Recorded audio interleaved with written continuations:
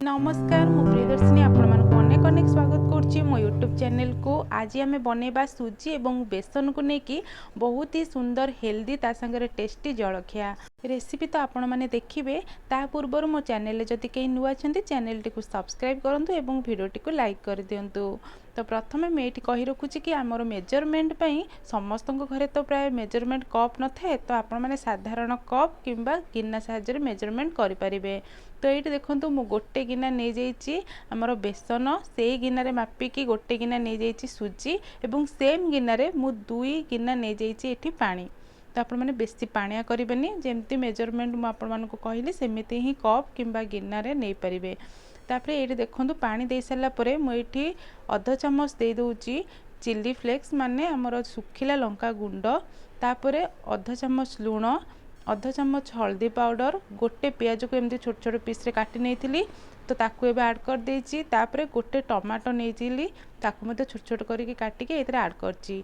तापर एतरे किछि धनिया पत्र एवं गोटे चमच करी पाउडर देछि। आपण माने चाहिले कैप्सिकम, गाजर ए सब को ऐड करि परिबे। एबे आकु बढ़िया से मिक्स कर देछि। देखंतु मिक्स कर साला परे आकु साइड रे रखिबा। एपट साइड रे मु पैन को गरम कर नहीं आउ पैन टी गरम हो गला परे एतरे ऐड करछि 2 चमच रिफाइन तेल। तेल हल्का गरम हो सारा परे गोटे चमच दे दबा एतरे जीरा।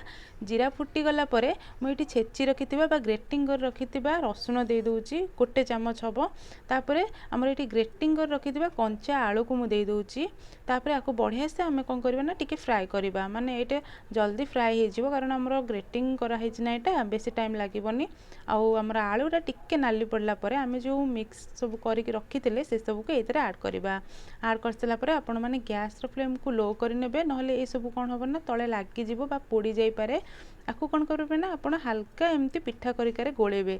आपण एमती गोळेबे देखिबे जेमती कि हमर बेसन रे ए घोळाटी बा सुजी और बेसन रे घोळाटी जेमती टिके हमर काठ हे आसीबो बा सुखिला हे आसीबो। बेसी हाई फ्लेम रे देई गोळेबेनी, ताहाले कोन होबो ना सुजीटा हमर सेमिति ही रहइबो, फुलीबोनी आउ हमर जिंसटा पोड़ी जिवो और टेस्ट भी भलो लागिबोनी। तो आपण माने धीमा आंच रे एमती आराम से गोळेबे। देखिए प्राय 5-10 मिनिट भितरे एटा पूरा पूरी एमती काठ हे जिवो। तापर देखंतु एगुडा एमती सुखिला टाइप रे हे गला परे मु एठी गोटे थाली रे तेल टिके लगे देथिली आउ ए सब को काढी नउची। तो यहाँ कौन हम ना पानिया हो गले यहाँ ठीक से सेप धरबनी कारण आम आपको काटा ना परे।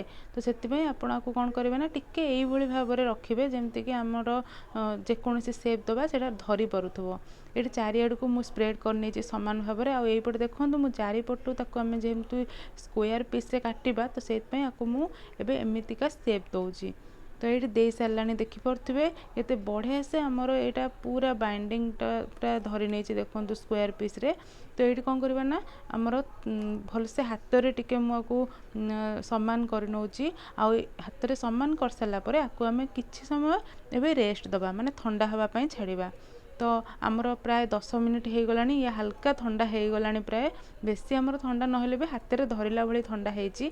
तो ये कौन करवा ना आम छुरी साहाय्य आपण मानकर जेकोसी सेप पसंद माने आमर स्क्वायर पीस हो न ट्रायंगल पीस हो जेमिति आपण मानको पसंद सेमिति प्रकार रे आपण माने सेप रे काटी परिबे। तो ये देखि परथिबे मु छुरी रे तेल लगे नथली, किंतु आपण माने तेल लगे देबे जे आराम से एटा कटि जिवो आ लागिवोनी छुरी रे। तो ये देखिपे केते बढ़िया से मुझे स्क्वायर पीस सब बाहर भी कर नहीं देखिपे। और जेहेतु मु छुरी रे तेल लगेनी तो से टिके टिके आबड़ा खाबड़ा हो जाइए, किंतु आपण माने तेल लगेले आराम से कट पीस गुड़ाक बाहरी जिवो। तो यपटे देखो मु पुणी थे तावा गरम कर नहीं आउ से पुणी थे 2 चमच रिफाइन तेल ऐड करुच्ची। तेल गरम हो सारा ये किसी धला राशि दे दूसरी, आपण पाखे जब ना ताले ठीक अच्छे, ना सोरिष कि भृसंग पत्र ऐड करेंगे कि टिके लुक मो पाखे थिला धला राशि तो से ऐड करी। आम जो पीस गुड़ाक काटिक रखी से सबको देदेबा।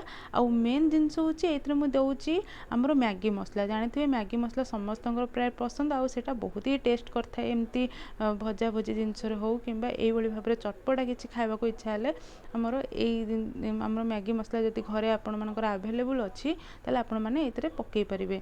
तो ये देखो मैगी मसला टिके ऊपर पकई सारापर मुझे ऊपर तल कर नौची। ऊपर भाग देखिपे जमती कि आमर ब्राउन कलर हो आसी बहुत सुंदर कलर। तो आपण मैंने ऊपर भी टिके छिंचीदेवे कारण आम तल पटे छिंचा होता ना सेटा उल्टी गला तो आपण मैंने ऊपर भी टिके मैगी मसला एमती छिंचीदेवे। आ देखो आमर प्राय 5 मिनिट पर एमती हल्का गोल्डन ब्राउन कलर दुई पट जाक हो आसला मुझे गैस को ऑफ कर नहीं आमर ये जलखियाटी एकदम रेडी हो जाइए। एबे चलते सर्व करवा। तो ये फ्रेंड्स देखो मु प्लेट को काढ़ुची आपने देखिपे ये पीसेस गुड़ाक केते सुंदर देखा ना। तो या आपण जेकोसी तरकारी सागर खाईपारे नॉर्मली आपण पाखे जदि टमाटो सॉस अच्छी कि चिली सॉस अच्छी आपण मैंने खाईपारे बहुत ही टेस्ट लगे जेकोसी जिनस आपने सेयार करेंगे।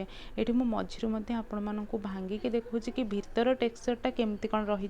यही रेसिपी को आपण मैंने छुआ मानक टिफिन बॉक्स रे दे पारिबे। तो आशा करुच्ची आज रेसिपी आपण मानक निश्चिंत पसंद आसथिबो। पसंद आसथिले मो भिडियोटी को लाइक करंतु, शेयर करंतु, कमेंट करी कहतु केमती कौन लगिला। आ जदि केही नुआ अछंती चैनल टी को सब्सक्राइब करंतु। रहुची नमस्कार, देखा पुणी गोटे नुआ वीडियो रे।